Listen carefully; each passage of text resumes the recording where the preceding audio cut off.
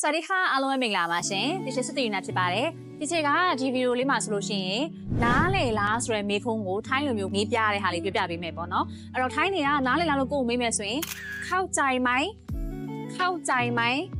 เข้าใจไหมလို့မေးပါလိမ့်မယ်ဒါမှမဟုတ်လို့ရှိရင်ပြောနေတဲ့ဟာကိုသိလားฟังรู้เรื่องไหมฟังรู้เรื่องไหมฟังรู้เรื่องไหมဒါမှမဟုတ်ရှင်ကိုပြောတဲ့ဟာကိုနားထောင်တတ်လားနားလေလားအမျိုးဆိုရင်ฟังออกไหมฟังออกไหมฟังออกไหมဆိုပြီးတော့ဒီမေးခွန်းလေးသုံးပြီးတော့မေးလာလို့ရပါတယ်ရှင်ဒီ channel တို့အခုလိုမျိုးထိုင်းစာနဲ့ပတ်သက်ပြီးတော့သိရှိချင်တယ်ဆိုလို့ရှိရင်ဒီ video အောက်မှာချက် comment လေးမှတ်ခဲ့လို့ရပါတယ်ချက်ဗီဒီယိုလေးနဲ့ပြန်ပြီးဝင်ပြပေးပါမယ်အားလုံးကိုဒီချက်ရဲ့အတန်းပါလေးကြည့်တွေ့ချင်ပါတယ်ရှင်ကျေးဇူးအများကြီးတင်ပါတယ်ကျေးဇူးတင်နေချင်ပါတယ်ရှင်ဒီချက်ဆုနဲ့အတူထိုင်းစာသင်ယူခြင်းလို့တင်နန်းစုံစမ်းခြင်းတဲ့သူတွေက TikTok ကဆိုလို့ရှိရင်contact X လေးကိုနှိပ်လို့ရတယ်။ဒါမှမဟုတ်လို့ရှိရင်ဒီ share တို့ bio မှာရှိတဲ့ link လေးကိုနှိပ်ပြီးတော့လည်းစုံစမ်းလို့ရပါတယ်။တကယ်လို့ Facebook ကဆိုလို့ရှိရင်တော့ patient messenger ကနေပြီးတော့ဆက်သွယ်လို့ရပါတယ်ရှင်။